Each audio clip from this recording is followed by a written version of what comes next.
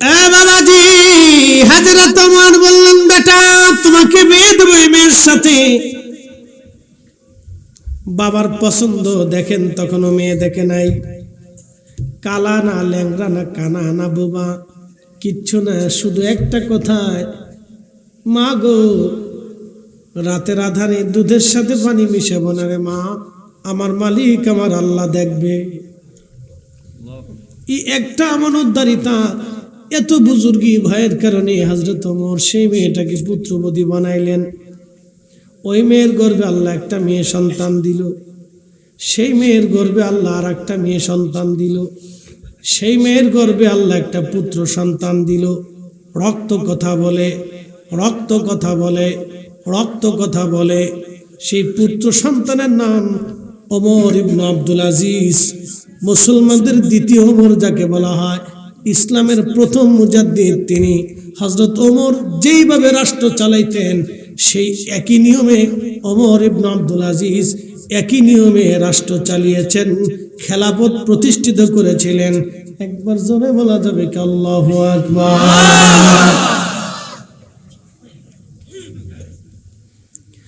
হযরত ওমর ইবনে আব্দুল আজিজ কত বড় আশিক রাসূল ছিলেন।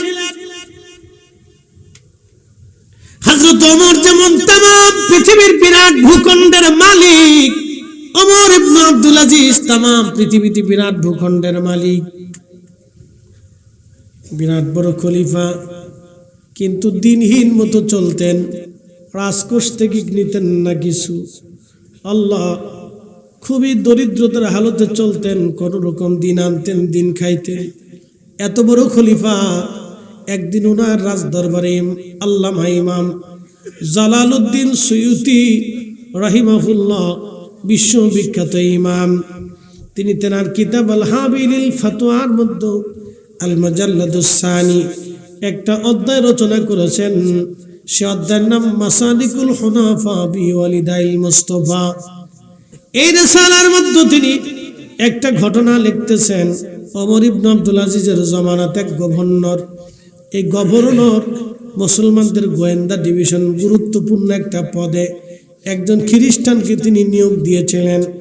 হযরতে ওমর ইবনে আব্দুল আজিজ তারে ডেকে 2 মাসের মধ্যে সব বস্তুগুলি মাটির সাথে মিশে হাড় বের হয়ে যাবে, 1 বছরের মধ্যে সমস্ত হাড়গুলি মাটির সাথে মিশে যাবে, কবরের চিহ্ন ধীরে ধীরে ধীরে ধীরে নষ্ট হতে থাকবে।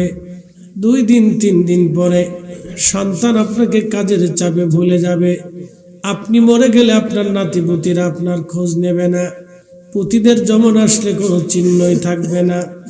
পৃথিবী থেকে একদিন আপনিও হারিয়ে যাবেন, আমিও হারিয়ে যাব, মহাকালের এক জগতে রওনা হয়ে যাবেন আমি আপনি। আমার রব বলেছেন, ওয়া ইন্না ইলাইহি রাজিউন।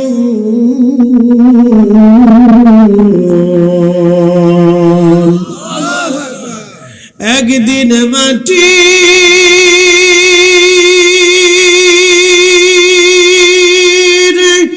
ভিতরে হবে ঘরে মন আমার, কেন বন্ধু দালান ঘর মন আমার, কেন বন্ধু দালান ঘর।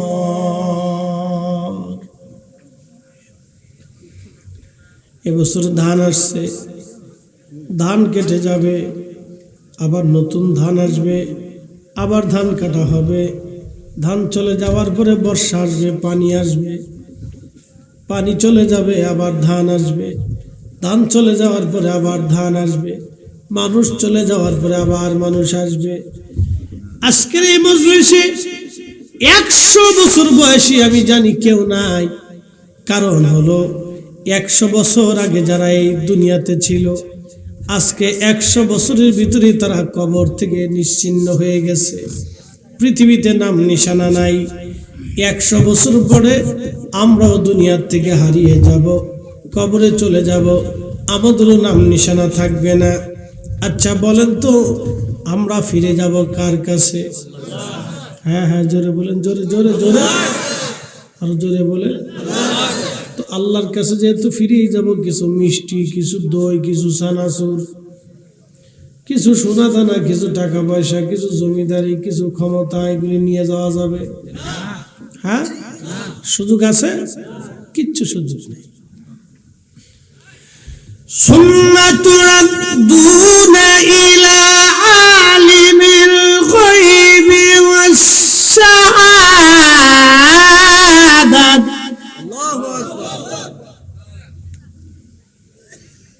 অতঃপর তোমরা এমন একজন মালিকের কাছে ফিরে যাবা, যেই মালিক গোপনে গোপনে সব জানে। ফায়ুনাব্বিউকুম বিমা কুনতুম তা'মালুন।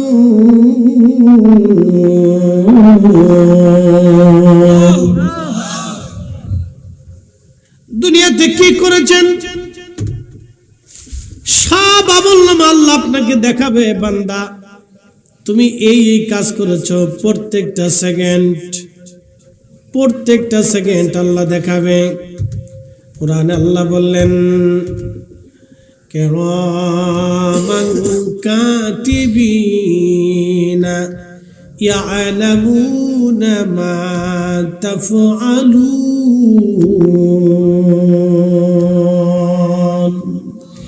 জিন্দেগি তোর যাইরে ফাঁকি দিয়া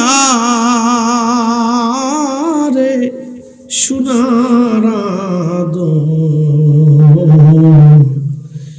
জিন্দেগি তোর যায় ফাঁকি দিয়া। ও আদম রে,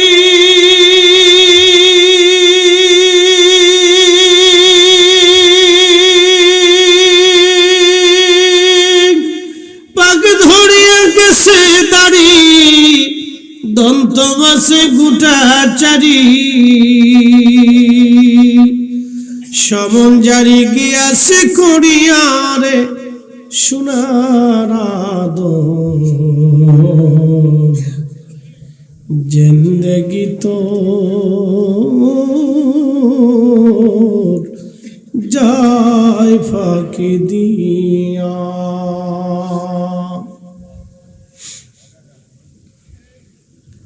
লাখার মুসলমান, যদি আপনি আল্লাহকে সন্তুষ্ট করে যেতে পারেন, কবর হবে মুহাম্মদ ইবনে সুলাইমান জাসুলি রহমাতুল্লাহ আলাইহির মতো। বর্তমান মরক্কো, এই মরক্কো দেশে একজন আল্লাহর ওলি কালেমার দাওয়াত দিলেন। আমাদের বাংলাদেশের সিলেটে যখন কালেমার দাওয়াত দিলেন শাহজালাল ইয়ামানি মুজাদ্দিদি, তখন মরক্কোর জমিনে কালেমার দাওয়াত দিচ্ছেন মুহাম্মদ ইবনে সুলাইমান জাসুলি।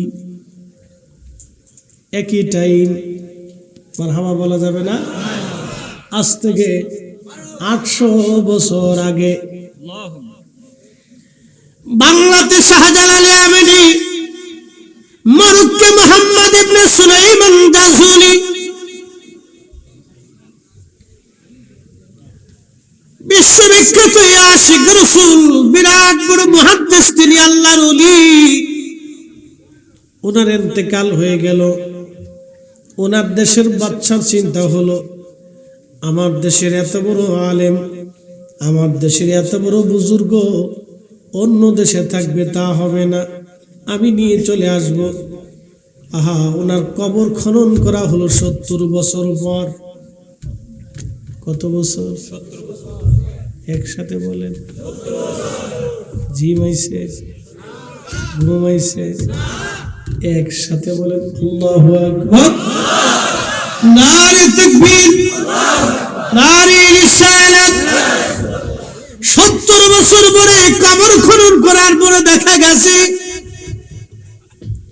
70 বছর আগে মুহাম্মদ ইবনে সুলাইমান জাসুলি রহমাতুল্লাহ আলাইহিকে যেইভাবে রাখা হলো, 70 বছর পরে অমনি আছে।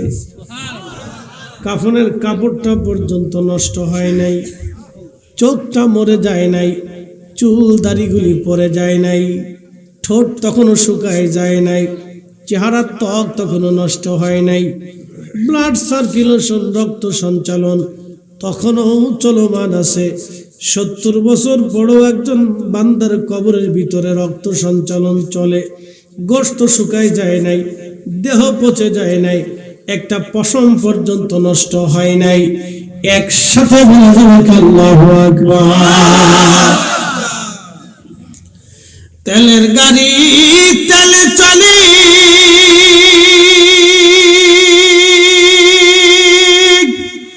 হাওয়ার গাড়ি হাওয়া উড়ে, বিনা তেলে চালায় গাড়ি নবী সুলাইমান। আমরা সেই মুসলমান, আমরা সেই মুসলমান, ঠিক কিনা?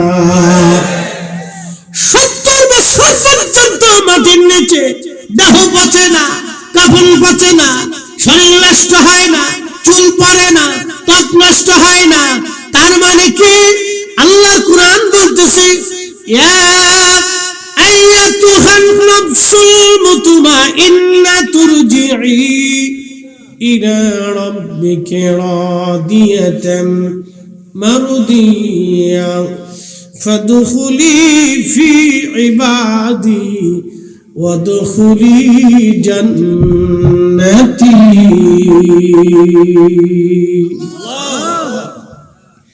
হে নফসে মুতমাইন্না, হে প্রশান্ত আত্মা, দুনিয়ার মধ্যে তুমি চুরি করো নাই, ডাকাতি করো নাই, রাহাজানি করো নাই, মানুষের হক মেরে খাও নাই, সুদ খাও নাই, ঘুষ খাও নাই, অন্যায় করো নাই, নামাজ ছাড়ো নাই, রোজা ছাড়ো নাই, জিকির ছাড়ো নাই, দুরূদ ছাড়ো নাই, নবীর গোলামি ছাড়ো নাই। হে নফসে মুতমাইন্না, হে প্রশান্ত আত্মা, প্রশান্ত। আমাদের দেশে কিছু আত্মা আছে বেমারি আত্মা, যারা সুদ খায় বেমারি, যারা সুদ খায় কি বেমারি, যারা ঘুষ খায় বেমারি, আরো জোরে বেমারি, যারা অন্যের জমি নষ্ট করে বেমারি, অন্যের হক মেরে দেয় বেমারি। অসুস্থ আত্মা, কি আত্মা? অসুস্থ বেমারি আত্মা, ওটার বেমার ঢুকছে।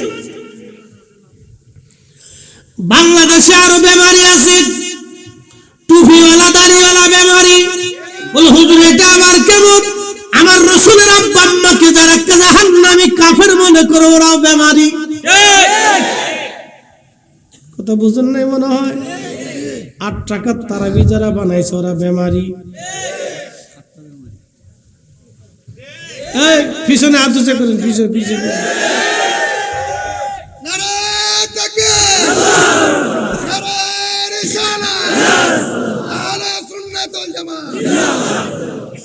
বেমারি। আল্লাহ নবীর শানকে যারা ছোট ছোট করে দেখে ওরা বেমারি। কথা কন না কেন? বেমারি বেমারি, ওরা নফসে মুতমাইন্না না। ওদের সম্পর্কে আল্লাহর কোরআনে আমার আল্লাহ ফয়সালা দিলেন, ইয়াউমা তাবিয়াদ্দু উজুহুন ওয়া তাসওয়াদ্দু উজুহ। কিয়ামতের ময়দানে একদল বান্দার চেহারা থাকবে উজ্জ্বল, দেখলে বোঝা যাবে তারা জান্নাতি জান্নাতি জান্নাতি জান্নাতি। আর একদল বান্দার চেহারা থাকবে মলিন, তারা মলিন হয়ে থাকবে। ইবনে আব্বাস বলেন তারা হলো মাহালুল বেদা, তারা বেদাতি দল। কি দল? জোরে বলেন। ওরাকে আমরা মিলাদুন নবী করি, আমরা বলে বেদাতি। যারা 8 টাকার তারাবি বানাইলো ওরা হলো অরিজিনাল বেদাতি।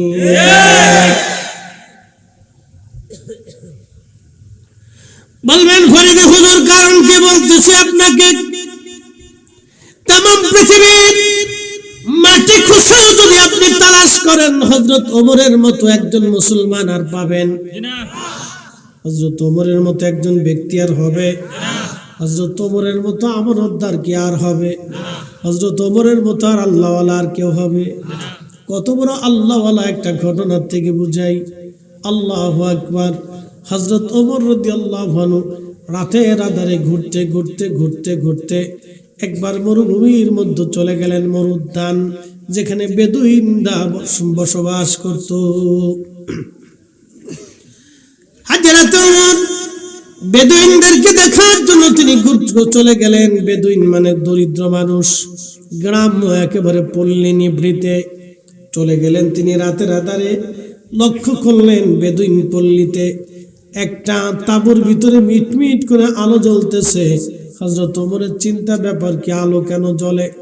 তিনি বেশি কিছু নেন নাই, সাথে মাত্র গোলাম আসলাম আছে, শুধুমাত্র গোলাম আসলাম আছে। এবার একটু চিন্তা করেন কত বড় ওমর।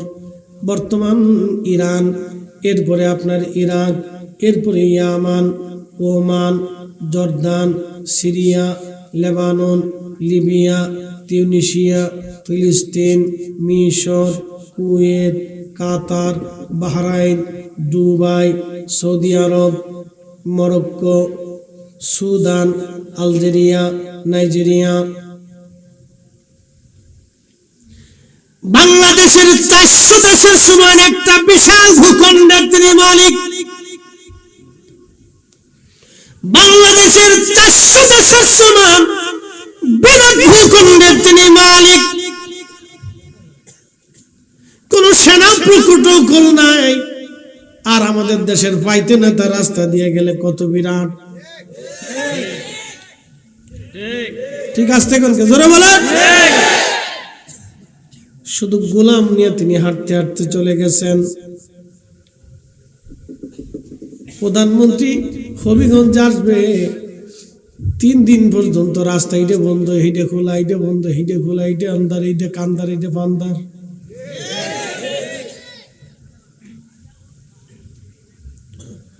শুনে যান বাবাজি, ভালো করে শুনে যাবেন। হযরত ওমর গোলাম সহ করে চলে গেলেন ধীরে ধীরে। রাতের আঁধারে চুপচাপ বসে আছেন তিনি।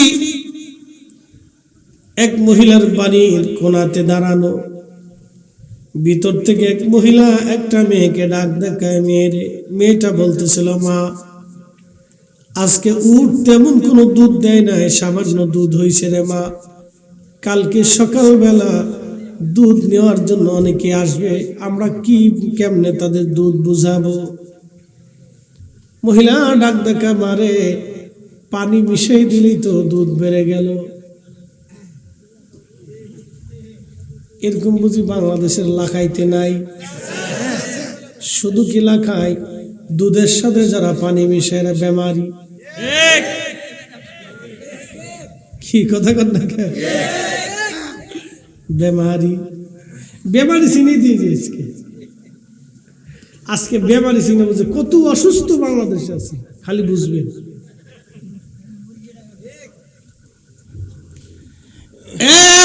বুঝিয়া যান, দুধের সাথে যারা পানি মিশায় বেমারি। ডিসি অফিসে যারা টেবিলের নিচে ঘুষ নেয় সব বেমারি। এসপি অফিসে যারা টেবিলের নিচে ঘুষ নেয় তারা বেমারি। জজ কোর্ট, হাইকোর্ট, সুপ্রিম কোর্টে যারা টাকা নিয়ে বিচার করে তারা বেমারি। তদন্ত করতে যে পুলিশ যারা টাকা নেয়, মামলা করতে যে মামলা নেয় না, টাকা নেয়, তারা বেমারি। কথা বলে বলে সব কেটে বেমারি।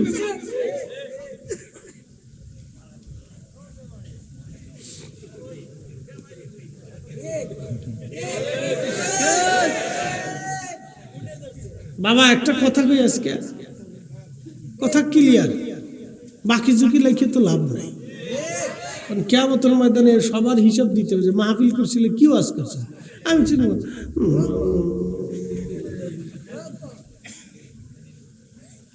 সেদিন তো আমার উপর যে বাটাম চালান হবে, এই চালানের তো শেষ নেই। পুরো চালান কারিকর সব মুসল্লি মিলেও যদি আল্লাহর কাছে করে, আল্লাহ মাফ করে দাও, কাজ হবে না। রিমান্ড হবে, খুব মারাত্মক রিমান্ড। এজন্য কথা কাটসাট করে লাভ নেই, যা কর সোজাসুজি বলে দিয়ে যায়। দেশে বেমারির সংখ্যা বাড়ছে, এই বেমারি যতদিন শেষ না হবে ততদিন বাংলার ঘরে ঘরে শান্তি আসবে না। কথা কোন ঠিক না বটে? এই সমস্ত বেমারিদের জন্য আমার দেশের গরিব মানুষ, আমার দেশের অসুস্থ মানুষ ঠিক মতো সেবা পায় না, গরিব মানুষের ঘরে ঠিক মতো খাবার যায় না, আর আমার দেশের মেধাবী বেকার ছেলের চাকরি হয় না। কথা কোন ঠিক কিনা? সমস্ত বেমারি দিয়ে দেশ ভরে গেছে। কেউ 1000 কোটি টাকার মালিক হয়ে যাচ্ছে, কেউ এখনো ভিক্ষা করে খাচ্ছে। 20 বছর আগে যার ওই কাঁচা ঘর ছিল, 20 বছর পরে কাঁচা ঘর এখনো আছে। এটা তো হওয়ার কথা ছিল না।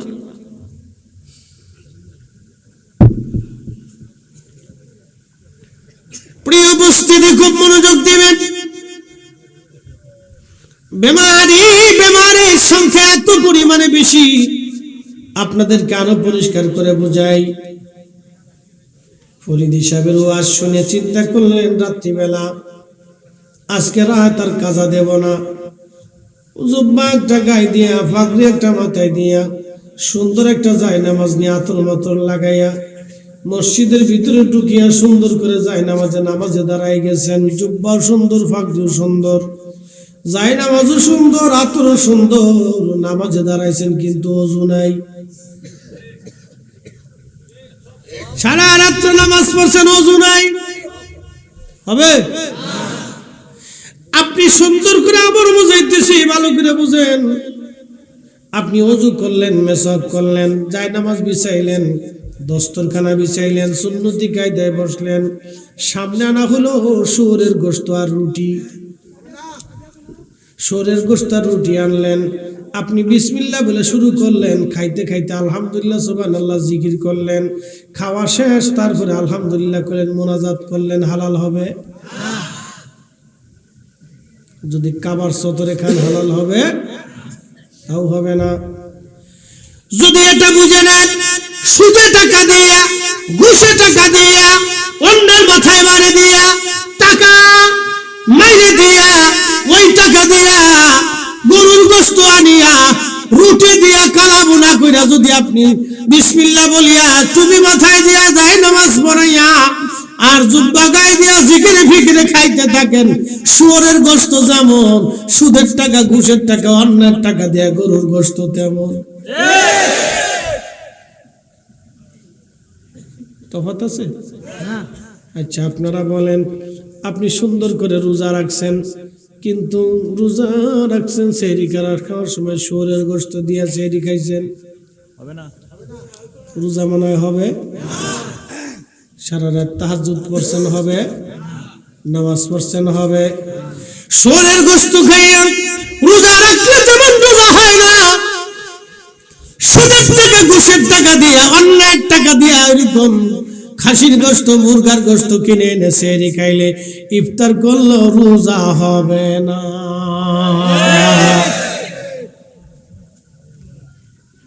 মরা লাগবে না? কথা কর না কেন? মরা লাগবে না? হ্যাঁ, কবরে যাইতে হবে না, কারো ছাড় নাই, ওখানে যেতেই হবে, টুডে টুডো আজ অথবা কাল। হিসাব কষে তারপরে যাওয়াটাই বুদ্ধিমানের কাজ। খালি ওয়াজ শুনে চলে যাবেন তা হবে না, এগুলো বুঝে যাবে। ওযু ছাড়া যেমন নামাজ হয় না, হারাম খাবার দিয়ে খাবার খেয়ে ইবাদত করলে তুমি ইবাদত হয় না। এই মাসালা সারা জিন্দেগি মনে রাখবেন। যদি এইভাবে ইবাদত করতে পারেন, তাহলে দিন শেষে একবারও যদি আল্লাহকে ডাক দেন তাও কাজ হবে, আর নাহলে 24 ঘন্টা আল্লাহ আল্লাহ জিকির করলেও কাজ হবে না। এই জন্য আগের যুগের ওলি যারা ছিলেন, তারা হালালটাকে প্রাধান্য দিতেন, হারামের কাছে দিতেন। কি কথা বল না কেন? জীবনেও ফলাতে পারতেন না। বিশ্ববিখ্যাত আল্লাহর ওলি বুআলি কলমদার, বুআলি কলমদার, বুআলি কলমদার, বুআলি কলমদার, বুআলি কলমদার রহমাতুল্লাহ আলাইহি ভারতের পানিপথে আসছেন দাওয়াত দেওয়ার জন্য। হিন্দু রাজা চিন্তা করলেন, মুসলমান দরবেশে যদি জায়গা দিয়ে দেয় তাহলে মুসলমান হয়ে যাবে, রাখা যাবে না, যে কোনোভাবে তারা তাড়াই দিতে হবে। হিন্দু রাজার ভয় হয় কারণ তারা দরবেশ, বিপদ, তার সাথে যুদ্ধ করা যাবে না। আগের বড় বড় রাজারা যুদ্ধ করে ধ্বংস হয়েছে, খাজা বাবার সাথে যুদ্ধ করে পৃথিরাজ ধ্বংস হয়ে গেছে, শাহজালাল রহমতুল্লাহর সাথে যুদ্ধ করে গরু গোবিন্দ শেষ হয়ে গেছে, মুজাদ্দিদ আল ফেসানি সেরেন্দির সাথে যুদ্ধ করতে যাইয়া সম্রাট আকবরের মসনদ হারাইছে। ও অলিদের সাথে যুদ্ধ করতে যাইয়া বড় বড় রাজা বাচ্চাদের মসনদ হারিয়েছে। এত অলি আল্লাহদের মাজারে যারা ঢিল ছুটতে চাও, মাজার যারা ভাঙতে চাও, মসনদের স্বপ্ন কিয়ামত পর্যন্ত বাস্তবায়ন হবে না। কথা ক্লিয়ার না ভেজাল আছে? একবার ক্লিয়ার মেরে দিচ্ছি, ও কাজ হবে না, কিন্তু কিয়ামত পর্যন্ত স্বপ্ন হবে, বাস্তবায়ন হবে না।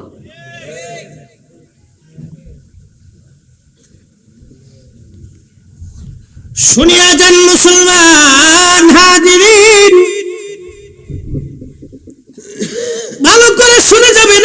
আবু আলী কলন্দরকে তাড়ানোর জন্য হিন্দু রাজা, যোগী, সন্ন্যাসী, সাধু, ঠাকুর, ব্রাহ্মণ, পুরোহিত, ধর্মযাজক যারা যারা ছিল সনাতন ধর্মের সবাইকে ডাকলেন।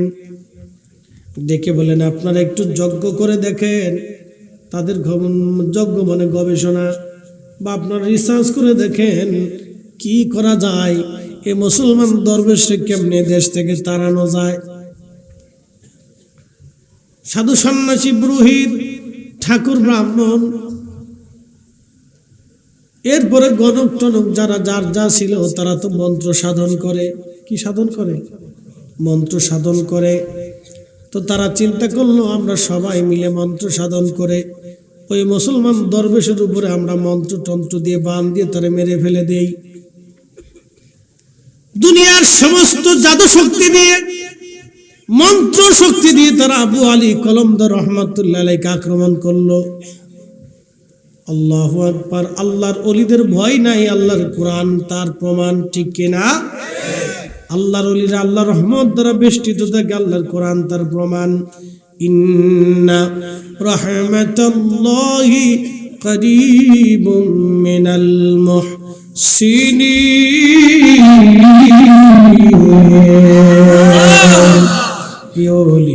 আল্লাহর বাংলাদেশ, শহীদ গাজীর বাংলাদেশ, রহম করো আল্লাহ, রহম করো আল্লাহ। সমস্ত শক্তি দিয়ে ব্রাহ্মণ, পুরোহিত, সাধু, সন্ন্যাসী আবু আলী কলন্দর রহমাতুল্লাহ আলাইহি আক্রমণ করলেন, কিন্তু সামান্য পরিমাণে কোনো ক্ষতি তো হলোই না। তাদের জাদুগুলি, অদৃশ্য শক্তির বদলতে জাদুগুলি ধ্বংস হয়ে যায়।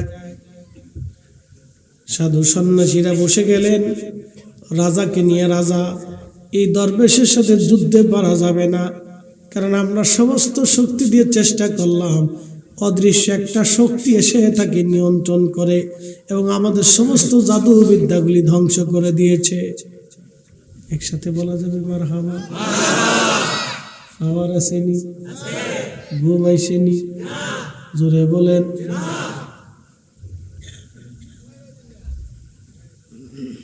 এর নাম ওলি, ওলি, ওলি। ওই অদৃশ্য পাওয়ারের মালিককে জোরে বলেন, জোরে জোরে জোরে জোরে। আল্লাহ আবু আলী কলন্দরে দিল, ফরিদিরে দিল না, কারণ কি? শুনে যান তার পিছনে কারণ কি। রাজা বলতেছে, তাহলে ওই মুসলমান দরবেশের যে অদৃশ্য ক্ষমতা, এটা নষ্ট করা যায় কেমনে বলো? পণ্ডিত, সাধু, সন্ন্যাসী, ব্রাহ্মণ, ঠাকুর, গণক যারা ছিল তারা বলল, বাদশা, মুসলমানরা হারাম খায় না, আর মুসলমান হারাম খাইলে মুসলমানের দোয়া কবুল হয় না, মুসলমান হারাম খাইলে মুসলমানের পাওয়ার থাকে না। বাচ্চা, যদি আবু আলী কলন্দরের ক্ষমতা ধ্বংস করতে চান, তাহলে যে কোনো মূল্যে আবু আলী কলন্দরকে হারাম খাওয়াইতে হবে। বলে, মুসলমানদের কাছে হারাম কি খাবার? বলে, মুসলমানদের কাছে হারাম হলো শুয়োরের গোশত। আপনি শুয়োর এনে জবাই করে গরুর গোশত বলে চালাইয়া রান্না বান্না করে আপনি বোয়ালি কলমদরের দরবারে পাঠিয়ে দেন। যদি একবার খাইতে পারে তাহলে বোয়ালি কলমদর শেষ।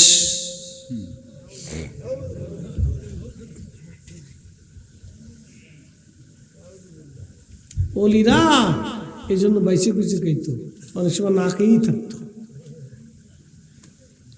হালাল না হওয়া পর্যন্ত খাবার মুখেই দিত না, না খেয়ে থাকতো 3 দিন 4 দিন 5 দিন 10 দিন 15 দিন গাছের পাতা খাইত। এত সোজা অলি, কলি অলি হওয়া যায়। হাজরাতে বোয়ালি কলমদরের কাছে পানিপথের হিন্দু রাজা সুন্দর করে শুয়োর জবাই করে গোশত বানাইয়া কালাবোনা ফ্রাই ট্রাই করে ভালো করে রান্না করে কয়েক জাত সুন্দর করে রান্না করে আল্লাহর অলির বাড়ি পাঠায় দিছে, যাও নিয়ে যাও খাওয়াও। আল্লাহর অলির বাড়ি যখন নিয়ে আসছে, খাদেম খুদ্দাম যারা আছে বিরাট খুশি। রাজা মশাই খাবার পাঠাইছে, রাজা মশাই বিরাট ভক্ত, কিন্তু খাদেমরা জানে না রাজার উদ্দেশ্য কি। আল্লাহর অলির কাছে আমার আল্লাহর পক্ষ থেকে মেসেজ আইছে। জোরে জোরে জোরে জোরে জোরে মোবাইলে মেসেজ আসে না? আপনারটা কি মেসেজ আইছে আমি দেখি, আমারটা কি মেসেজ আসবে আপনি দেখবেন? দেখবেন না, গোপন মেসেজ আইছে, মেসেজ এসে গেছে। আল্লাহর ওলিদের কাছে মেসেজ আসতো, মেসেজ এখানে মেসেজ আসতো। বিরাট রাডার, এই রাডারটা মদিনার সাথে সংযুক্ত ছিল। মদিনা হচ্ছে মেন রাডার। মদিনার সাথে কানেকশন না দেওয়া পর্যন্ত পৃথিবীতে কেউ ওলি হয় না, অতএব দুস্থকে রাসূল ওলি হতে পারে না। এই আওয়াজ করে বলেন ঠিক না বেঠিক?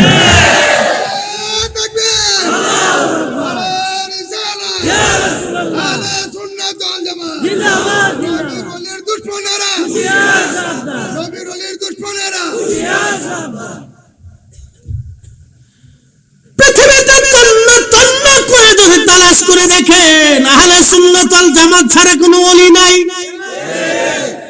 কোন মা ওলির জন্ম দিতে পারে নাই। আহলে সুন্নাত ওয়াল জামাতের আকীদা ছাড়া কোনো মা আজ পর্যন্ত ওলির জন্ম দিতে পারে নাই, কোনো মা পারবে না। বাবাজি খুব মনোযোগ দিয়ে কথাগুলি শুনে যাবেন। তো নিয়ে যাও, এই গোশত তোমার রাজাকে খাইতে বলো। চিৎকার করে জোরে বলেন না মারহাবা। হালাল খাবার, কি খাবার? জোরে বলেন, আরো জোরে, আরো জোরে। জোর হয় না কেন? জোরসে বলো। এবার আপনারা বলেন, ভাত খাওয়ার আগে কি পড়েন? আরো জোরে বলেন। খিচুড়ি খাওয়ার আগে, তাবারক খাওয়ার আগে, বিড়ি খাওয়ার আগে।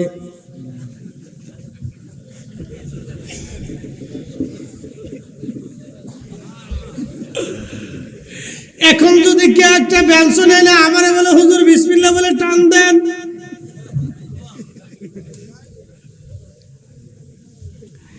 যেটা মসজিদে খাওয়া যায় না, মাহফিলের স্টেজে খাওয়া যায় না, মাহফিলের মধ্যে যেটা খাওয়া যায় না, যেটার আগে বিসমিল্লাহ নাই, ওটা আমাদের খাওয়া যাবে না, ছেড়ে দিতে হবে। কথা কম ঠিক না বেঠে?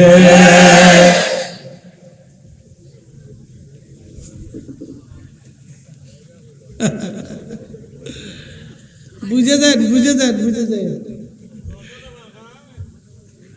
জোরদার ফটো দিয়ে না থাক।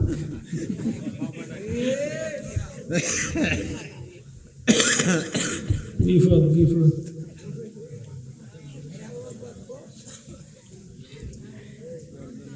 হযরত ওমর তাবুর পেছনে দাঁড়ানো,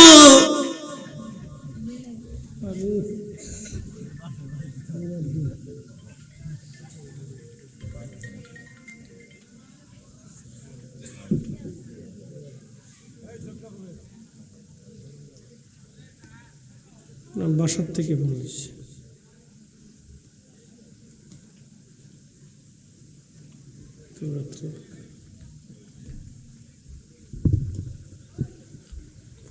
একসাথে বলেন আল্লাহু আকবার। হযরত ওমর তাঁবুর পাশে দাঁড়ানো, ভিতর থেকে মহিলা বলে, মা দুধের সাথে পানি মিশিয়ে দাও, দুধের সাথে পানি মিশিয়ে দাও। যারা দুধের সাথে পানি মিশায় তারা বেমারি। কি কথা কন না কেন?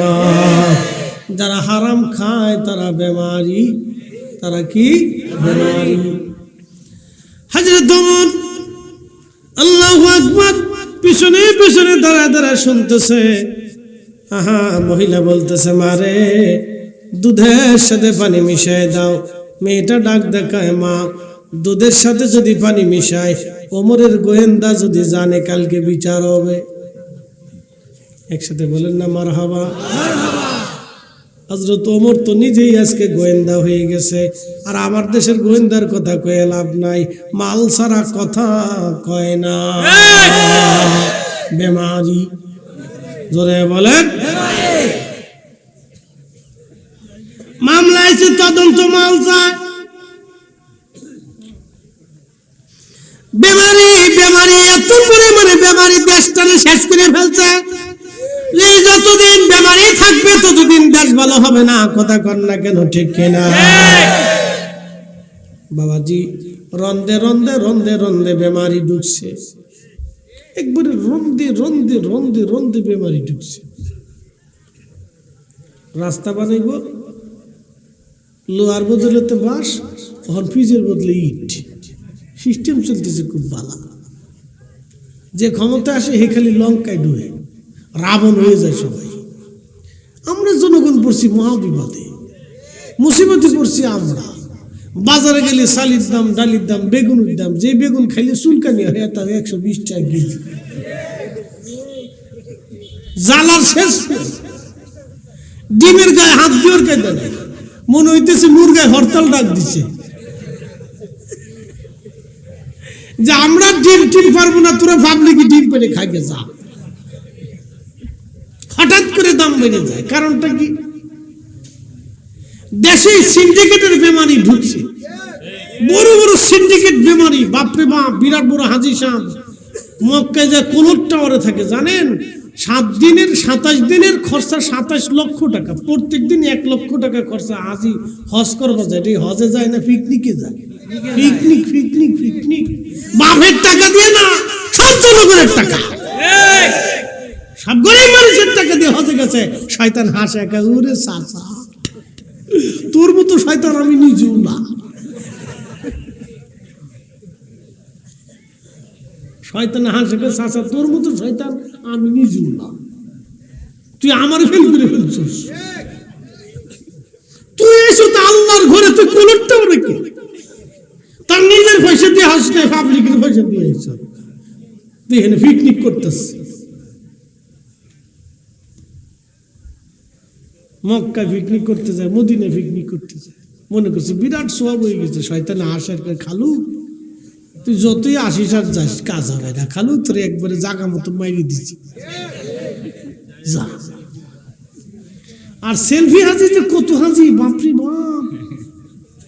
আপনি জানেন আমার গা শিহরে উঠছে, গা শিহরে উঠছে। রসুলের রওজা মোবারকের পাশে দাঁড়িয়ে সেলফি তুলে।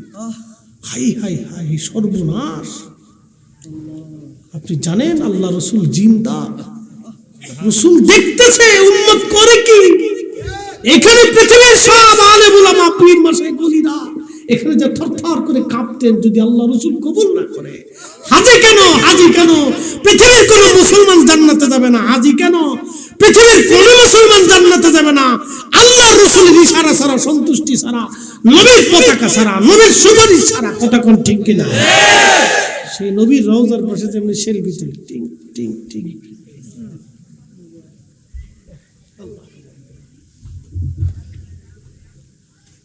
আফসোস মুসলমানের জন্য।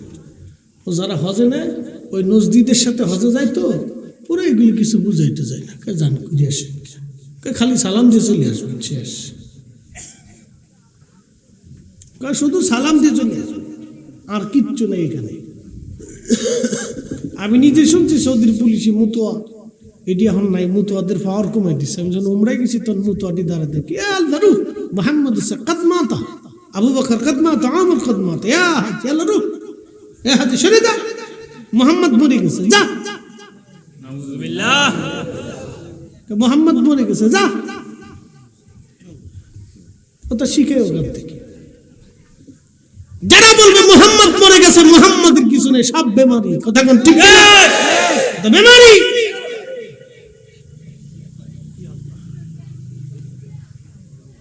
এটা চলতেছে।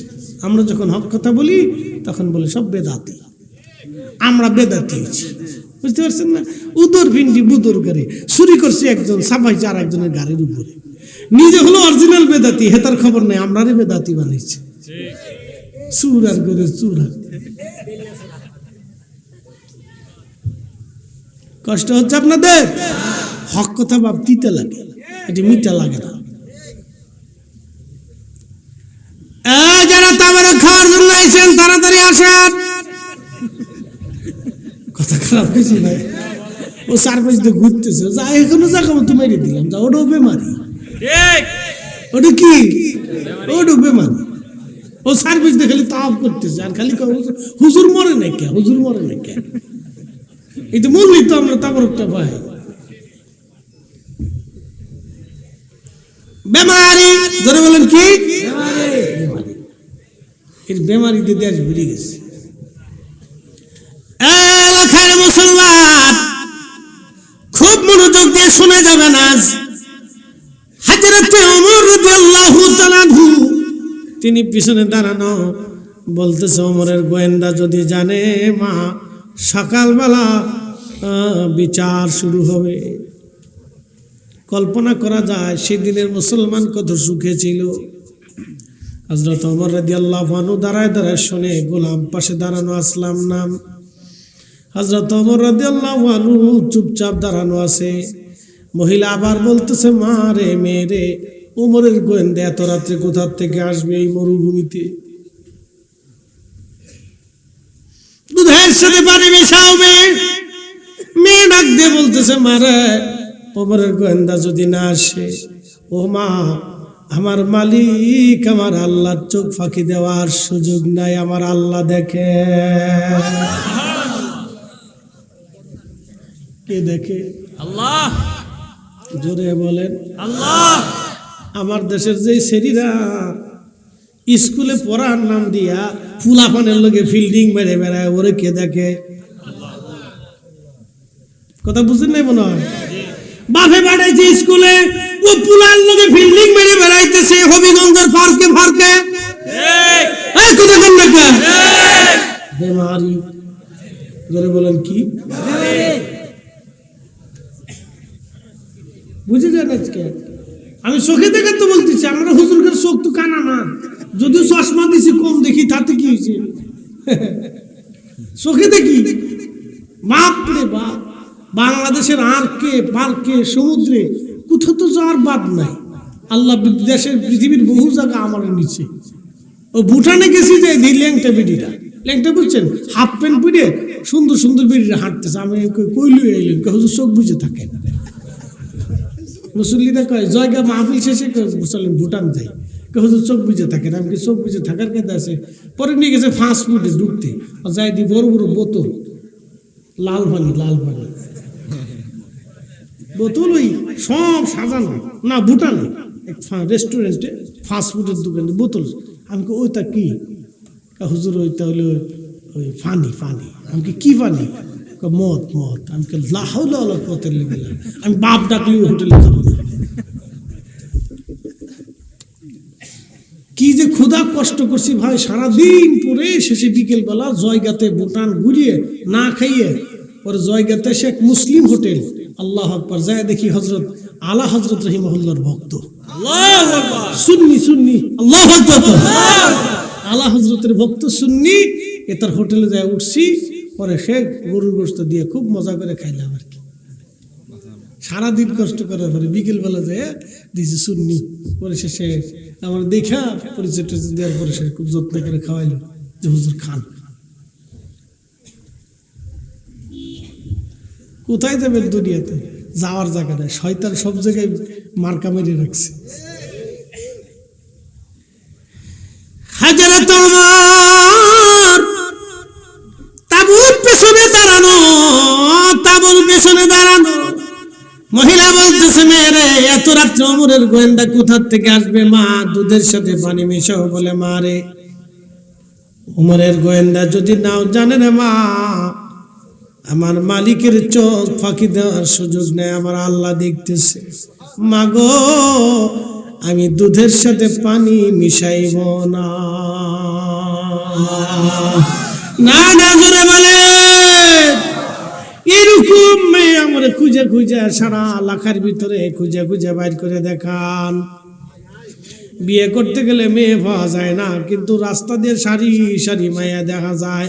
আর কে পার্কে এখানে সেখানে আগানে বাগানে ঘোড়ার ডিম আগর ডিম বাগর ডিম আন্দা গান্দা ফাঁসা কথা কন না গে সাতা ইতের লিগে ভুলাবান পাগল হয়ে গেছে। আবার এখন দেখি বুরকা করে টিকটিক করে, বুরকা করে টিকটক করে। শতান কোথাকার দেশ ভরে গেছে, বেহায়াত দেশ সৈলব হয়ে গেছে। এ মুসলমান লেখাইবাসী, হযরত ওমরের চিন্তা হলো, গোলাম জায়গাটা চিহ্নিত করে রাখো, কালকে দেখা যাবে সকালবেলা। সকালবেলা হযরত ওমর ফজরের নামাজ পড়লেন, গোয়েন্দাদেরকে বললেন যাও জায়গাটা খোঁজ নিয়ে আসো। গোয়েন্দারা খোঁজ নিয়ে এসে তথ্য জানাবো আমিরুল মুমিনিন বাবা মারা গেছে, গরিব, তারা দুধ বিক্রি করে কোন রকম সংসার চলে। হযরত ওমর ছেলেদেরকে ডাক দিয়ে বলেন, বেটারা তোমাদের স্ত্রীর দরকার কার, কে বিয়ে করতে চাও বলো। আর আমাদের দেশের পোলাপান বুড়ো হয়ে গেল, বাপ বিয়ে দিবার চায় না। সৌদি আরব বলে তো কোনো কথাই নাই, বাপে বিয়ে করে 15টা ফুলা তখনও চাইয়া থাকে। পাগলের দেশ, কি কইতা, বাপে বিয়ে করছে 15টা, ফুলা তখনও চাই দিচ্ছে। ফুলার বলে টেহা নেই, ফুলা বিয়ে করতে হবে। বাপের টেহা আছে, বাপ 15টা বিয়ে করছে। আচ্ছা, এক বেটা 15টা বিয়ে করছে, এটা মানুষ না গরু না পাড়া, বুঝি লেগেছে। আল্লাহর আইনে 15টা বিয়ে আছে, মাস মাস সুলাসা রুবা 60 পর্যন্ত বিয়ে করা যায়। যদি ইনসাফ প্রতিষ্ঠিত করা যায়, 60-এর উপরে কোনো বিয়ে নাই। 5ম নম্বর স্ত্রী হারাম হবে, যতবার মিলন হবে ততবার জানা হবে, যে কয়টা বাচ্চা হবে সব কয়টা হারামজাদা বাচ্চা হবে। কিন্তু এদের দেশের মৌলবীরা আমরা দেশে একে তারাবির নামাজ 8 টাকা পড়ো, মিলাদুন নবী বেদাত শিরিক শিরিক শিরিক শিরিক জিকির করতেছি।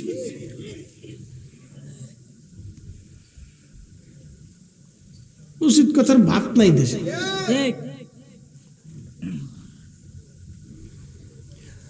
এ মুসলমান ভালো করে শুনিয়ে যান,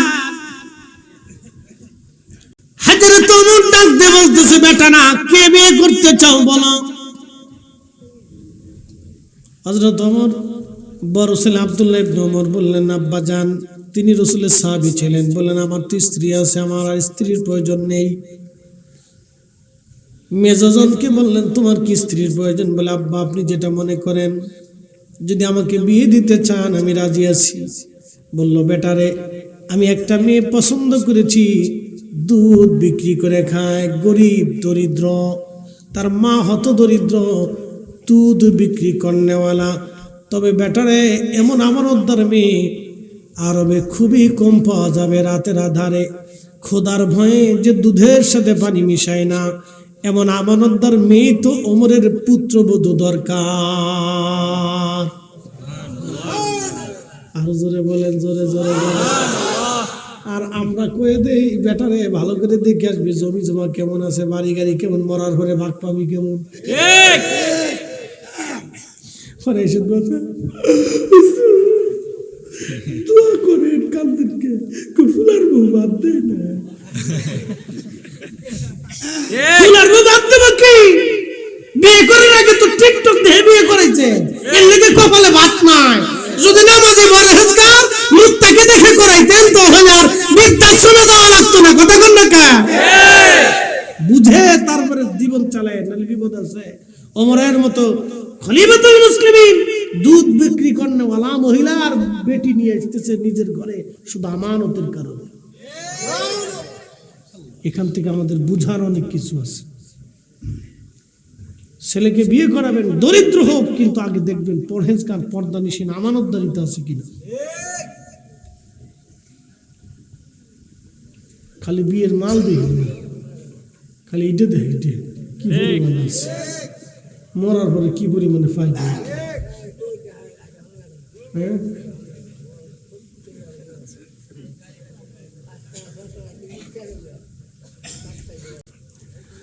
হ্যাঁ, বাবাজি হযরত ওমর বললেন, বেটা তোমাকে বিয়ে দেবো এই মেয়ের সাথে।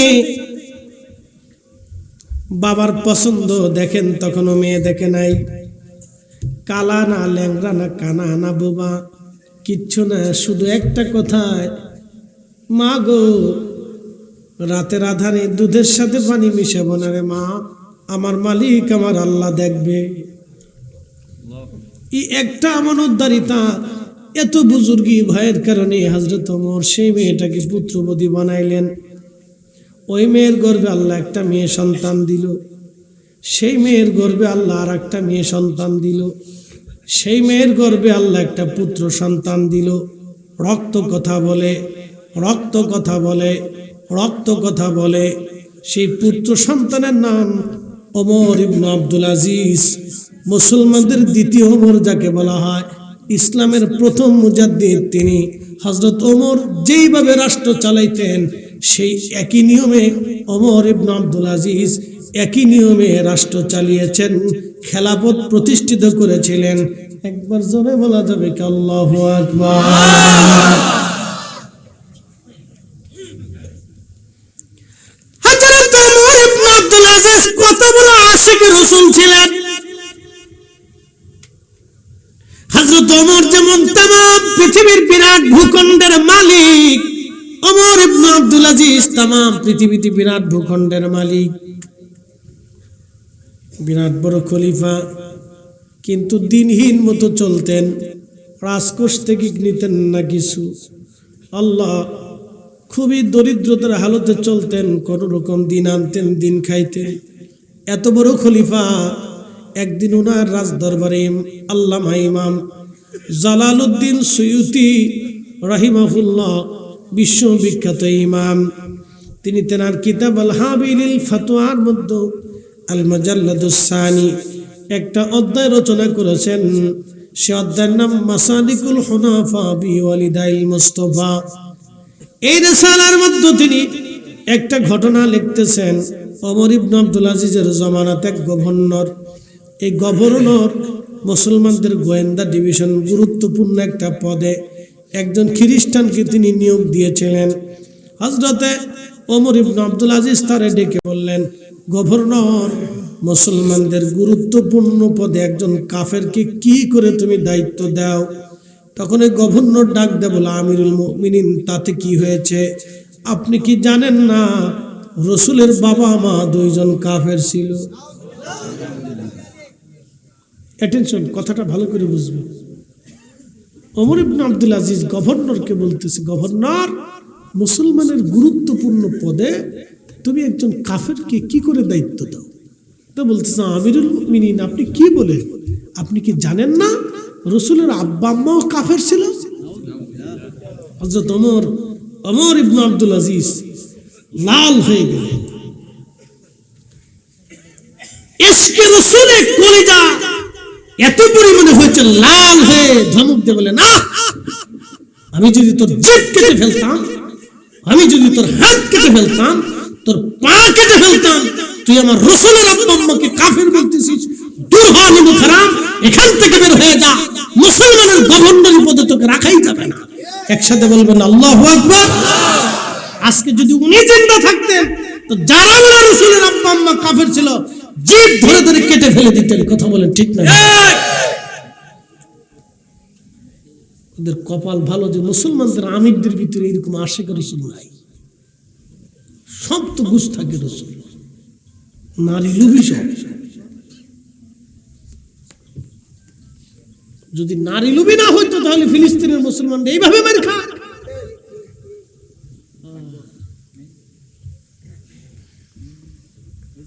প্রিয় মুসলমান লাখাইবাসী, সাহাবায়ে কথা শুনলে আপনি আরো আশ্চর্য হবেন। আল্লাহ আল্লাহ কত চমৎকার ছিল তাদের জীবন। আল্লাহ তাদের প্রশংসা করতে যা কোরআনে আল্লাহ বলে দিলেন, রাদিয়াল্লাহু আনহুম ওয়া রাদু আন যালিকা লিমান খাশিয়া রাব্বা। আমি আল্লাহ তাদের উপরে রাজি, তারা আমি আল্লাহর উপরে রাজি। শুধু এখানে শেষ করেন না, আমার আল্লাহ যালিকা লিমান খাশিয়া রাব্বা, এই জন্য আমি আল্লাহ তাদের উপরে রাজি, তারা আমি আল্লাহকে ভয় করত, ভয় করত, ভয় করত, ভয় করত। একসাথে জোরে বলা যাবে কি আল্লাহু আকবার। তেলের গাড়ি তেলে চলে,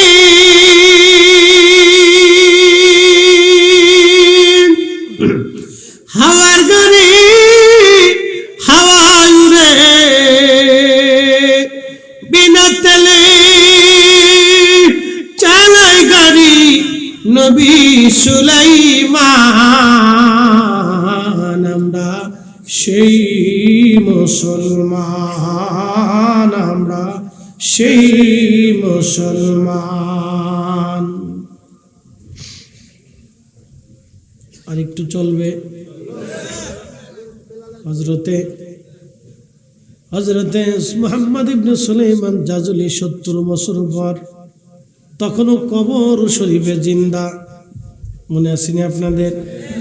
কিন্তু কেন জানেননি? উনি আশিক রাসূল ছিলেন। ওনার জীবনে একটা আমল ছিল, প্রত্যেক দিন 1000 বার উনি দুরূদ শরীফ পড়তেন। একসাথে বলেন সুবহানাল্লাহ। কত হাজার বার? 1000 বার। উনি মরক্কো দেশে কালেমার দাওয়াত দিতে গেছেন। আচ্ছা বলেন তো, নেতার উপরে নেতা নাই? আছে না নাই? ডাক্তারের উপরে ডাক্তার আছে না? অলির উপরে অলি আছে না নাই? উনি মরক্কো দেশে কালেমার দাওয়াত দিতে গেলেন। চিন্তা করলেন আমার চাইতে আর বড় আলেম কি আছে? কিন্তু আল্লাহ বললেন না, তোমার চাইতে বড় জ্ঞানী বানায় রাখছি, দাঁড়াও কিছু সময় পরে। তো মরুভূমির দেশ বারবার নামক একটা অঞ্চল আছে, প্রদেশটা প্রচুর পরিমাণে মরুভূমি, উত্তপ্ত গরম। তো উনি ঘুরতে ঘুরতে মরুভূমির ভিতর দিয়া, প্রচন্ড গরমে পানি শেষ হয়ে গেল। উযু করবেন, নামাজ পড়বেন দুপুরের সময়। সুলাইমান জাজুলি পায়ে হেঁটে হেঁটে চিন্তা করলেন পানি তো নাই, এখন কি দিয়ে উযু করব? কিন্তু তায়াম্মুমের বিধান আছে, কিন্তু আগে শর্ত হলো আপনাকে পানি খোঁজা লাগবে। যেহেতু পানি নাই, পানি কোথায় গেলে পাওয়া যাবে? আল্লাহরে মহান ওলি ধীরে ধীরে ধীরে ধীরে তিনি মরুভূমির ভিতরে পথ চলতে লাগলেন। বহু দূরে দেখলেন একটা জঙ্গল দেখা যায়, এক গাছপালা তরুলতা পাতা দেখা যায়। চিন্তা করলেন গাছপালা যেহেতু আছে, পানির ব্যবস্থাও আছে, কারণ পানি ছাড়া গাছ বাঁচে না। চিন্তা হলো পানি যেহেতু আছে, গাছ যেহেতু আছে, তো পানিও আছে। পানির জন্য সুলাইমান জাজুলি চলে গেলেন। ঠিক ওইখানে জঙ্গলের ভিতরে যায় দেখলেন একটা কুঁড়ে ঘর দেখা যায়। কুঁড়ে ঘরে রদূরে দেখা যায় একটা কুয়া। দৌড়ায়া কুয়ার পাশে চলে গেলেন সুলাইমান জাজুলি। কুয়ার পাশে যখন গেলেন, তিনি যাওয়ার পরে লক্ষ্য করলেন কুয়ার মধ্যে পানি আছে, কিন্তু পানি উঠানোর মতো কোনো ব্যবস্থা নাই।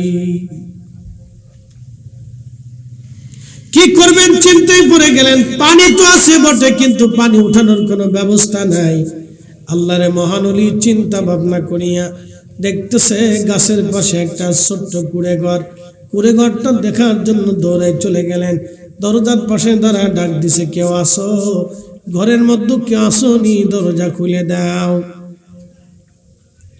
আমি সুলাইমান জাজুলি, পানি নাই, ওযু করব, নামাজ পড়ব। তাড়াতাড়ি দরজা খোলো। ভিতর থেকে কোনো শব্দ হলো না। তিনি আবার কুয়ার কাছে দৌড়ায় আসলেন, কিন্তু মশক নাই, দড়ি নাই, বালতি নাই, কেমনে পানি উঠাবে? সারা অঞ্চল এলাকা ভরে ভরে তন্ন তন্ন করে তালাশ করলেন, কোথাও কোনো পানি নাই।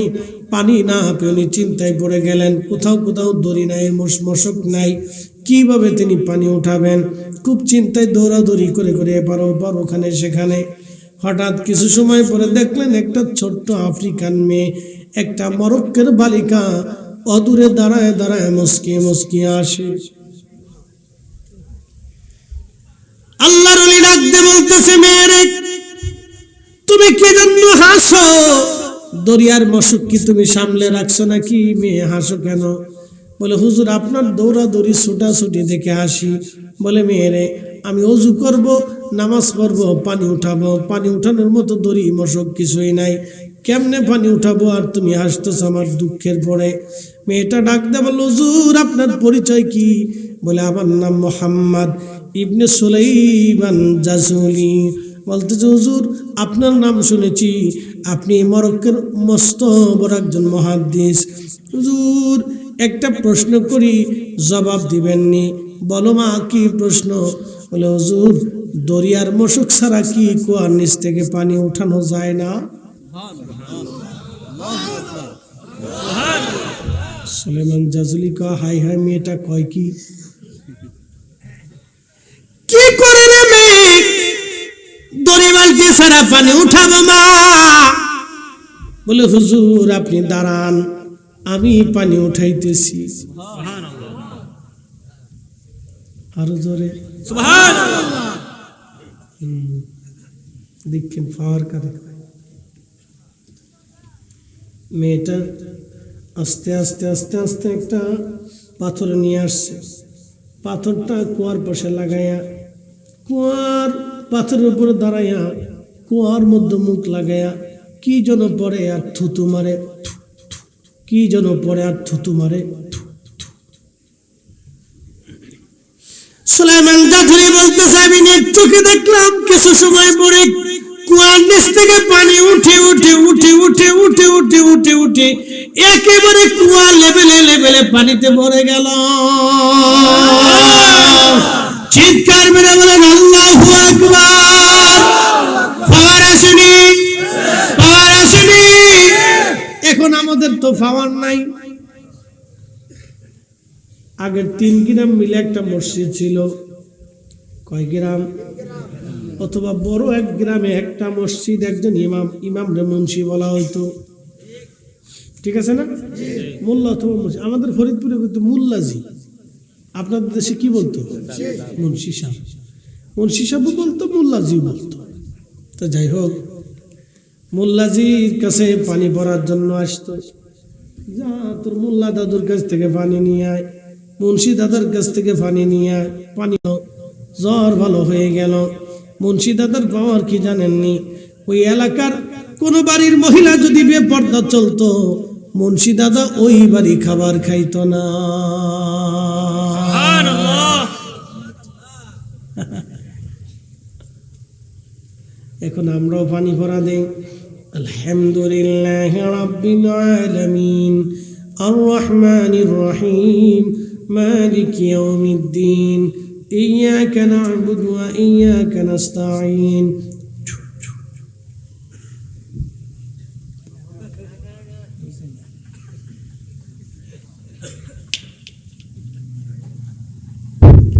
বলে কারণ কি? নজল নষ্ট। ঠিক। নজল নষ্ট হয়ে গেছে। কেন?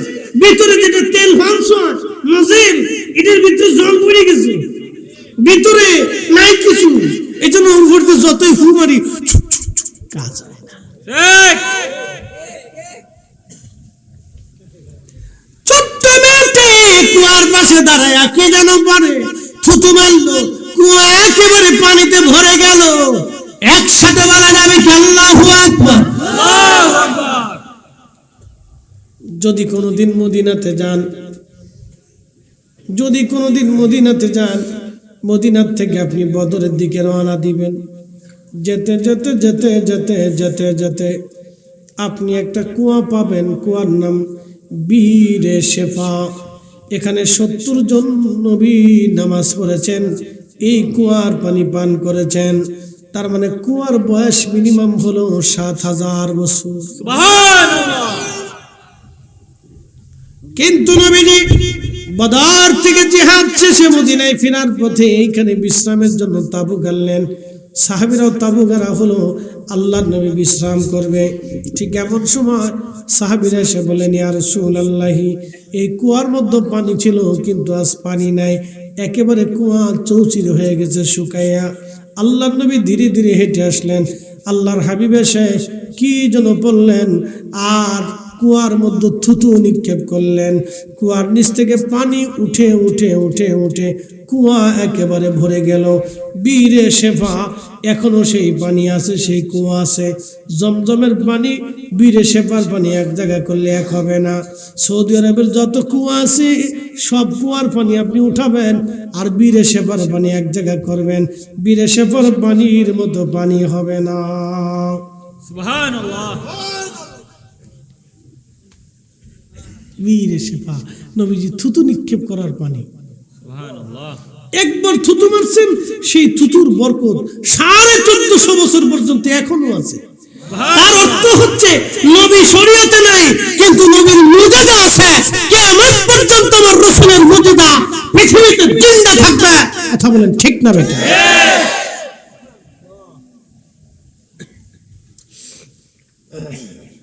এই জন্য কাজী নজরুল লিখেছে, আমি যদি আরব হতাম মদিনারি পথ, সেই পথ দিয়ে হেঁটে যাইতেন নূর নবী হাজারা, নূর নবী হাজারা।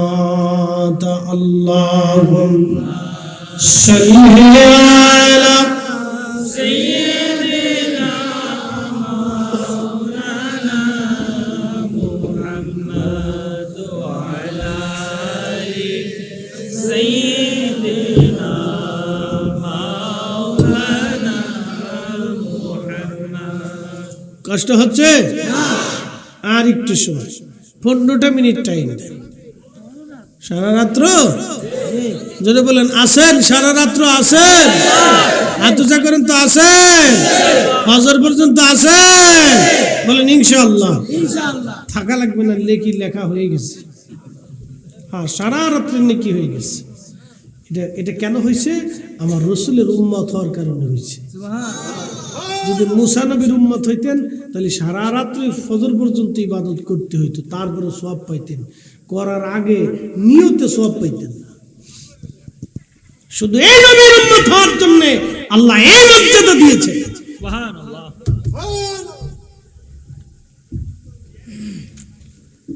প্রিয় মুসলমান, খুব মনোযোগ দিবেন। জুমার নামাজ পড়েননি আপনারা? কারা কারা পড়েন না? তো করেন? আচ্ছা, সবাই পড়ে, যাক আলহামদুলিল্লাহ, পড়লে ভালো। জুমার ফজিলতটা কি একটু বলে দিয়ে যাই। আগের যুগের উম্মত আর এই উম্মতের ভিতরে তফাৎটা একটু বুঝাই, মনোযোগ দিয়ে। আগের যুগের উম্মত শত শত বছর ইবাদত করার পরে নেকি পাইত, আর এই উম্মতের ফজিলত দেখে যান। ইয়া আইয়ুহাল্লাযীনা আমানু ইযা নুদিয়া লিস-সালাতি মিন ইয়াউমিল জুমআহ, আল্লাহু আকবার। من يوم الجمعة فاسعوا إلى ذكر الله وذروا البيع। আল্লাহু আকবার। আল্লাহ কোরআনে বলে দিলেন, হে ইমানদার, যখন জুমার নামাজের আজান পড়ে যায়, ব্যবসা বাণিজ্য, বেচা বিক্রি, চাকরি বাকরি, ক্ষেত কামার, দুনিয়ার সব কিছু ছেড়ে দিয়ে তুমি জুমার নামাজের জন্য রওনা হয়ে যাও। নবীজি বললেন, উম্মত তোমরা শোনো, জুমার নামাজ পড়ার জন্য যখন বান্দা গোসল আসল করে পবিত্র হয়ে সুন্দর পোশাক পরে বের হয়ে যায়, ধীরে ধীরে আদবের সাথে পায়ে হেঁটে হেঁটে হেঁটে হেঁটে মসজিদে এসে ইমাম সাহেবের কাছাকাছি বসে আর আদবের সাথে ইমাম সাহেবের খুতবা শুনে এবং নামাজ আদায় করে, ইখলাসের সাথে নামাজ আদায় করে, আমার উম্মত পায়ে হেঁটে হেঁটে হেঁটে হেঁটে বাড়ি চলে যায়। প্রত্যেক কদমে কদমে কদমে আল্লাহ 1 বছরের নফল ইবাদত 24 ঘন্টা ইবাদত করলে যেই নেকি এবং 1 বছর রোজা রাখার যেই নেকি আমার বান্দার আমলনামায় আমার আল্লাহ প্রত্যেক কদমে কদমে লিখে দেবে। আচ্ছা আমি হিসাব দিয়েছি, একজন লোক হাত বাড়াবেন। মসজিদ আপনার বাড়ি থেকে মসজিদ পর্যন্ত 400 কদম হবে, এরকম কেউ আছে? 400 কদম বুঝছেন? 400 পা লাগবে, 1 পা 2 পা 3 পা 4 পা 400 পা বাড়ি থেকে মসজিদ পর্যন্ত 400 পা। এরকম মুসল্লি আছে না? আছে না? 400 পা। কত পা? 400 পা। আচ্ছা যদি 400 পা হয় তাহলে কত বছরের সওয়াব? হিসাব বুঝেন না এখনো? যদি 400 পা হয় তাহলে কত বছরের সওয়াব? আবার মসজিদ থেকে ফিরে আসতে আরো 400 পা, তাহলে কত বছর হলো? জোরে বলেন। যদি 1600 কদম হয় 1600 বছর, যদি 1000 কদম হয় 1000 বছর। খালি জুমার নামাজে মসজিদে যাবেন আর আসবেন তাতেই আপনি 1000 বছরের নেকি পাইতেছেন। এটা আপনার গুণে না, এটা আমার রাসূলের গুণে। কথা বল ঠিক কি না? তাহলে এই উম্মতের মর্যাদা দেখছেন?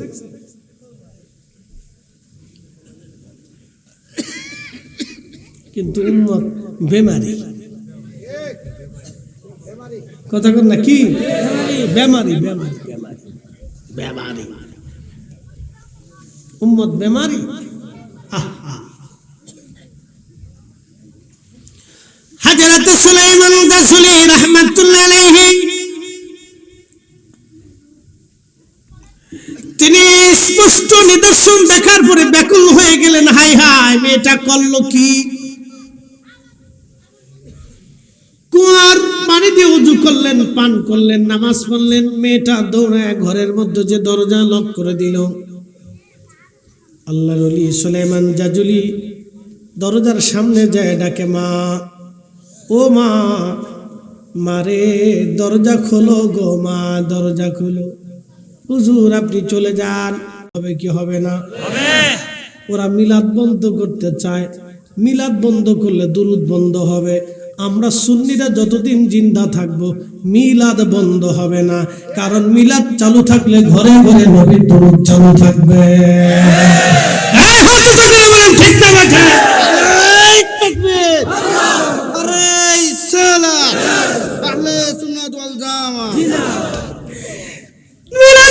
চালু থাকলে ঘরে ঘরে নবীর দুরূদ চালু থাকবে, ঘরে ঘরে। আমরা যতদিন জিন্দা থাকবো নবীর মিলাদ শরীফ ঘরে ঘরে চালু রাখার জন্য ঘরে ঘরে মিলাদ চালু রাখবো। কথা বলেন ঠিক না বেঠে? ওরা বেদাত বেদাতকে জিকির করুক, আমরা দুরূদ পড়তে পড়তে জিকির করতে থাকবো। ওরা বেদাতের জিকির করবে, আমরা দুরূদের জিকির করব। ঠিক কিনা? চলবে না, বন্ধ হবে।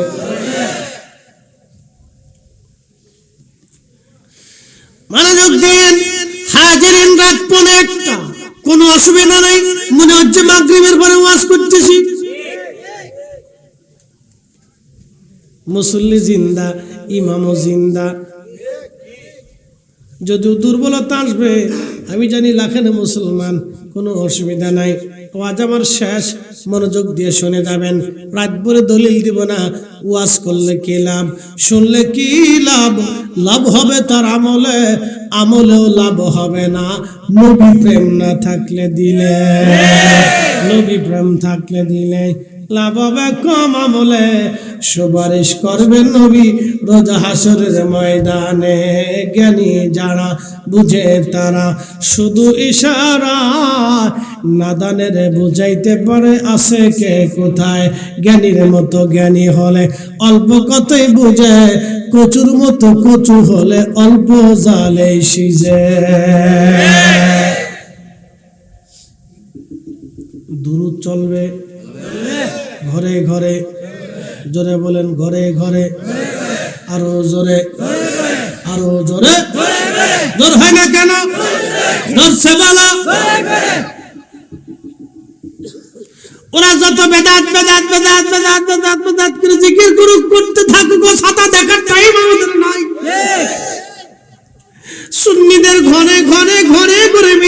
যাবে, নবীর দুরূদ ঘরে ঘরে ঘরে ঘরে চালু থাকবে। আচ্ছা বলেন তো, মেয়েটা ডাকতে বলতেছে হুজুর নবীজির দুরূদ শরীফ। বলে মা রে, দুরূদ শরীফটা তুমি আমার একবার শিখাই দাও। বলে হুজুর এই দুরূদ শিখাইতে আল্লাহর নবীর এখনো এজাজত নাই। বলে মা তোমার সাথে কি আমার রাসূলের দিদার হয়? বলে হ্যাঁ হুজুর, প্রত্যেক রাত্রে আমি নবীজির সাথে দিদার হয়। আরো জোরে বলেন, প্রত্যেক রাতে নবীজির সাথে দিদার হয়ে যায়। ও বাবাজি মনোযোগ দেন, এরকম মেয়ের মতো মেয়েরে বাবা আশিকের রাসূল আমার নবীর সাথে দিদার হয়ে যায়। তার মানে বোঝা গেল নবীর জায়গায় নবী আছে, আমাদের চোখের জায়গা চোখ নাই।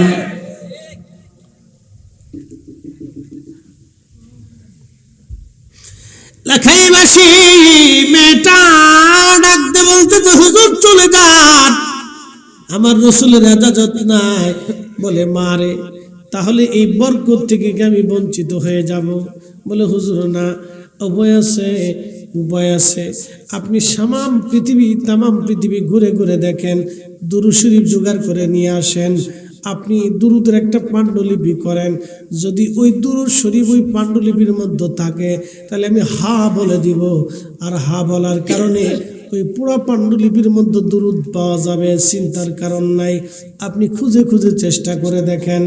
আল্লাহর ওলি এই বিশ্বখ্যাত মুহাদ্দিস আশিক রাসূল প্রিয় নবীর একটা দুরূদের জন্য তামাম পৃথিবী তন্ন তন্ন তন্ন তন্ন করে খুঁজলেন। শুনতে বলেন মরক্কো থেকে ইরাকের একজন মুহাদ্দিসের কাছে দুরূদ আছে, তিনি ওইখানে চলে গেলেন। ওখান থেকে শুনলেন ইরানের এক মুহাদ্দিসের কাছে দুরূদ আছে, ওখানে গেলেন। ওখান থেকে শুনলেন সিরিয়ার এক মুহাদ্দিসের কাছে দুরূদ আছে, ওখান থেকে রওনা দিলেন। শুনতে বলেন ওইখান থেকে মিশরের একজন মুহাদ্দিসের কাছে দুরূদ আছে, তিনি ওইখানে চলে গেলেন। আমরা এত দুরূদ জানার পরও দুরূদ পড়তে চাই না, আর তারা নবীর দুরূদ খোঁজার জন্য তামাম পৃথিবী তন্ন তন্ন তন্ন তন্ন করে খুঁজেছে। এরা আশিক রাসূল, এরা আশিক রাসূল, যার কারণে 70 বছর পর্যন্ত মাটির নিচে তখন দেহ তার পচে নাই, কাপড় নষ্ট হয় নাই, তখনও তার দিল জিন্দা, দেহ জিন্দা, চোখ জিন্দা, চুল জিন্দা। একবার জোরে বলা যাবে কি আল্লাহু আকবার।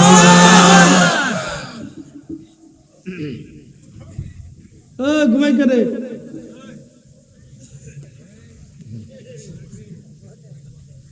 ওরা ওয়াজ নিয়ে গেলে তোরা ওলি হয়ে যেত, ওরা ওয়াজ নেয় না, খালি মাইকে সুইচ দেয়।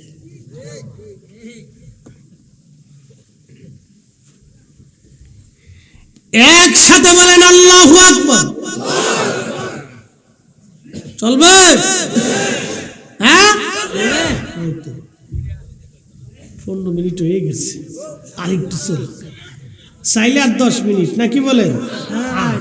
আচ্ছা ঠিক আছে, খুব মনোযোগ দিন।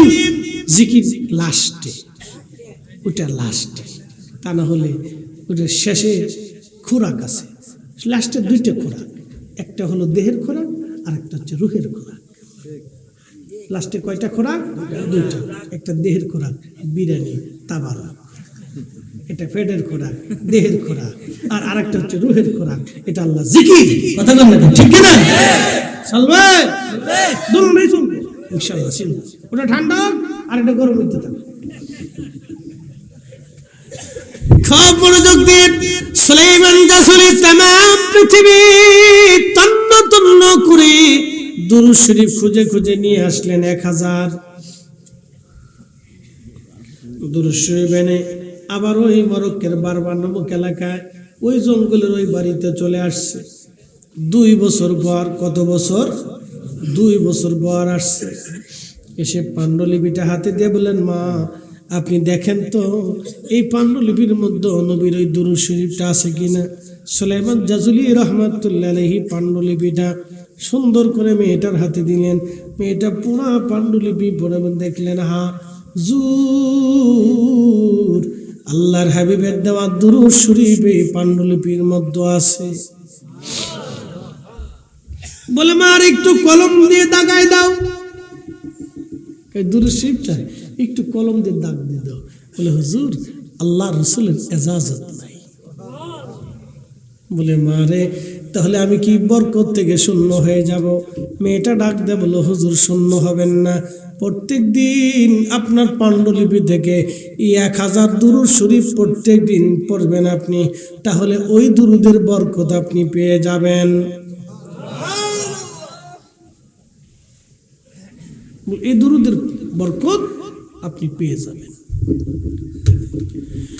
তিনি ওই দুরূদ পড়তে পড়তে আশিকে রাসূল সুলাইমান জাসুরি রাহমাতুল্লাহ আলাইহি ওই দুরূদ পড়িয়া তিনি এত বড় আশিক রাসূল হইলেন, আল্লাহ ওয়ালা হয়ে গেলেন। ইন্তেকাল হলো, 70 বছর পরে ওনার কবরে উনি পৌঁছে না, দেহ গলে না, মাটিতে খায় না, পোকায় ধরে না।